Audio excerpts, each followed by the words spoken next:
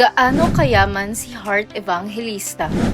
Ngayong araw, sisilipin natin ang marangyang mundo ng mismong Queen of High Fashion, si Heart Evangelista. Pero higit pa sa bags, jewels, at mansions, may mas mainit na usapan ngayon, ang lifestyle check na isinasagawa matapos lumabas ang pangalan ng ilang pamilya at personalidad na konektado sa mga malalaking kontrata ng administrasyon. At dahil asawa siya ni Senator Cheese Escudero, hindi maiwasang maipit si Heart sa mas malawak na Marcos Duterte power play. Ang tanong, gaano nga ba kalaki ang yaman ni Heart at saan galing ang kanyang mga luxury collections at properties? Bago pa man siya maging global fashion icon, si Heart o Love Marie Evangelista Ongpauco ay galing na sa isang prominenteng pamilya. Ang kanyang ama, si Reynaldo Evangelista Ongpauco, ay isang Filipino-Chinese restaurant magnate na nagmamay-ari ng Barrio Fiesta Group of Restaurants.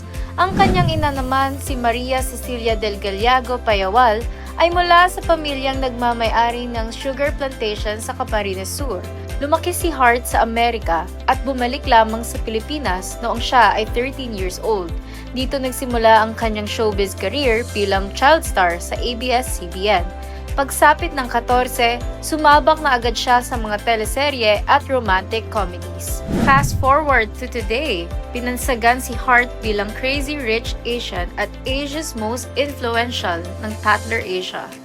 Isa siyang staple sa Paris, Milan at New York Fashion Week. Dumadalo sa mga show ng Dior, Chanel, Louis Vuitton, Saint Laurent, Gucci, Versace at iba pa.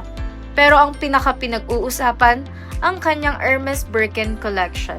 Ang presyo ng mga bag na ito ay mula 500,000 pesos hanggang halos 10 million pesos, depende sa rarity. Pero stand out talaga ang kanyang Himalayan Crocodile Birkin na nagkakahalagang 26 million pesos. Isa sa pinaka-rare sa mundo at ino-offer lang sa mga pinaka-importanteng kliyente ng Hermes. At hindi lang bags, sobrang mamahalin din ang kanyang jewelry collection. Isa sa pinaka-expensive ang Bulgari Serpenti Viper Necklace, isang diamond pave 18K white gold masterpiece na nagkakahalagang humigit kumulang 10.5 million pesos. Noong 2025, pinautang pa niya si Andrea Brillantes ng isang Bulgari Serpenti diamond necklace para sa ABS-CBN Ball. Sa GMA Gala 2023 naman, suot niya ang isang Bulgari Serpenti high jewelry necklace na 14 million pesos, may kasama pang matching ring na 6 million pesos.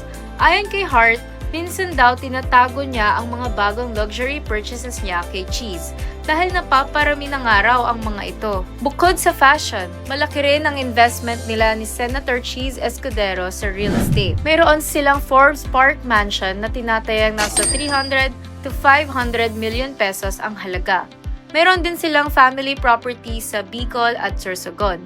At kamakailan lang nagtrending ang kanilang bahay sa Alabang, isang designer home na parang art museum, puno ng paintings, sculptures at high-end interiors. Maaaring ito ay nagkakahalagang 700 million pesos. Si Heart ay asawa ng dating Senate President na si Cheese Escudero na kamakailan ay naging deciding vote para ihinto ang investigasyon laban kay Sara Duterte. May mga nagbibintang pa na ginagamit daw ni Heart ang kanyang lifestyle para i-flaunt tulad ng ibang political families. May patama rin si Sian Gaza na sinabing kaya pala pasosyal sa Europe si Heart kasi ang mister niya tumatanggap ng daang milyong piso mula flood control projects. Dagdag pa dito, may mga netizens na nagtatanong kung ang kanyang mga bag, alahas at bahay ay purely galing lang ba sa kanyang sariling income bilang artista, endorser at influencer or may political ties ba itong kaakibat. Hindi rin naman biro ang income ni Heart.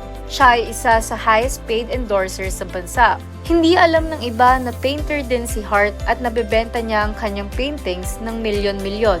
Milyon din ang kinikita niya sa YouTube at iba pang social media platforms.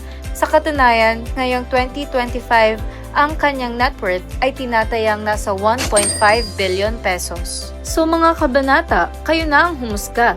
Ang lifestyle ba ni Heart Evangelista ay simpleng bunga ng sipag, talento at pagiging global fashion darling? O meron pa bang mas malalim na dapat bantayan? Isa lang ang sigurado, magiging mas mainit pa ang usapan sa mga susunod na linggo.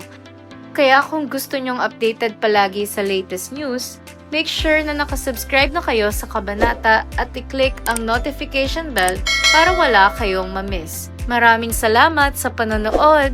Magkita tayong muli sa susunod na Kabanata.